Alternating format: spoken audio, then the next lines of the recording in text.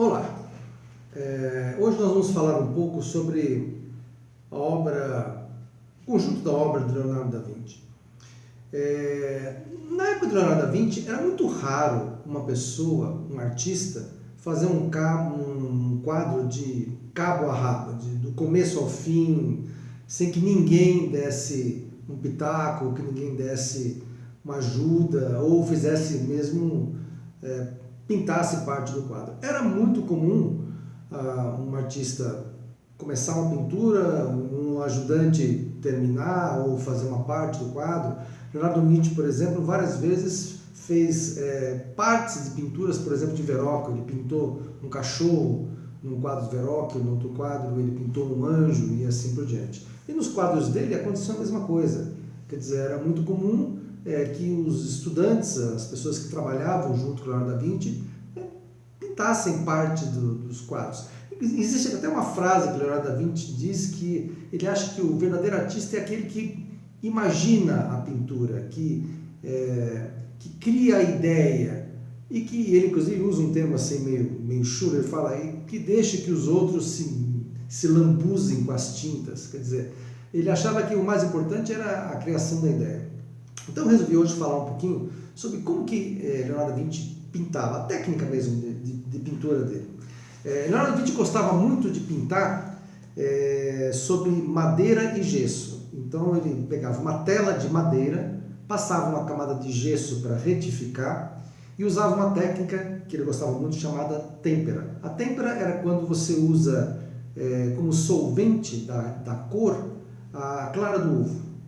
Depois ele começou a usar a pintura a óleo, fazer pintura com base de óleo, mas boa parte da produção dele é feita com têmpera. E ele tentou, inclusive, adaptar essa técnica para pinturas em parede, não se deu muito bem. A pintura em parede normalmente era feita com afresco, como Michelangelo, por exemplo, fez a Capela Sistina.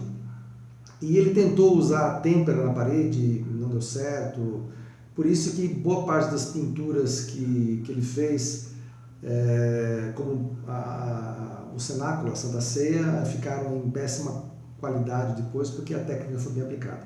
Enfim, então primeiro ele pegava uma madeira, passava uma camada de gesso, aí ele começava a fazer a ideia, colocar na ideia no papel. A primeira ideia no papel era um esboço sobre aquilo que ele queria pintar.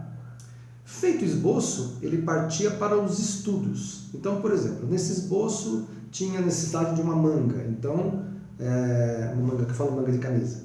Então ele fazia um estudo sobre a manga, um estudo sobre a roupa, ou, por exemplo, um estudo sobre os cabelos da personagem e assim por diante. Esses estudos são muito importantes porque, baseado nesses estudos, muitas vezes, é que você pode dizer se uma obra dele é original ou não, porque se tem um estudo dele e depois tem uma pintura onde aparece aquilo que ele planejou do estudo, você pode, pelo menos, imaginar que foi ele que fez aquela parte da pintura. Depois dos estudos, vem a formulação daquilo que nós chamamos de um cartão, que é mesmo a estrutura da pintura num suporte maior, não ainda na tela, né? Mas já com todos os detalhes de como vai ser a pintura. E depois ele tem o que nós chamamos do decalque, quer dizer, a aplicação do desenho é feita num papel, e esse papel é feito como se fosse um decalque mesmo, que a gente brinca com carbono, de colocar um carbono e fazer um desenho em cima. É mais ou menos isso que ele fazia, só que fazia com carvão. Ele pintava carvão de um lado, o outro lado ele fazia o desenho, colocava sobre a tela, repassava o desenho com alguma coisa e a imagem aparecia na tela. E isso era muito mais fácil de se trabalhar depois, tendo já o decalque mais ou menos pronto, né? É por isso que muitos quadros de Leonardo da Vinci têm cópias que são perfeitas, assim, na estrutura, na proporção, porque o mesmo decalque foi usado por várias pessoas. Os alunos pegavam o decalque que ele fazia e colocavam sobre a tela e faziam uma cópia. Por isso é que existem tantas cópias exatamente iguais, das mesmas proporções daquilo que Leonardo da Vinci fazia. Inclusive esse quadro que foi vendido agora por milhões e milhões de euros, existem outros quadros exatamente iguais, na mesma temática, na mesma proporção, na mesma posição, E são uns pequenos detalhes que dizem se a obra era ou não, veio ou não da mão de Leonardo da Vinci. Se você gostou, compartilhe e outras coisas virão até o lançamento do nosso livro em fevereiro.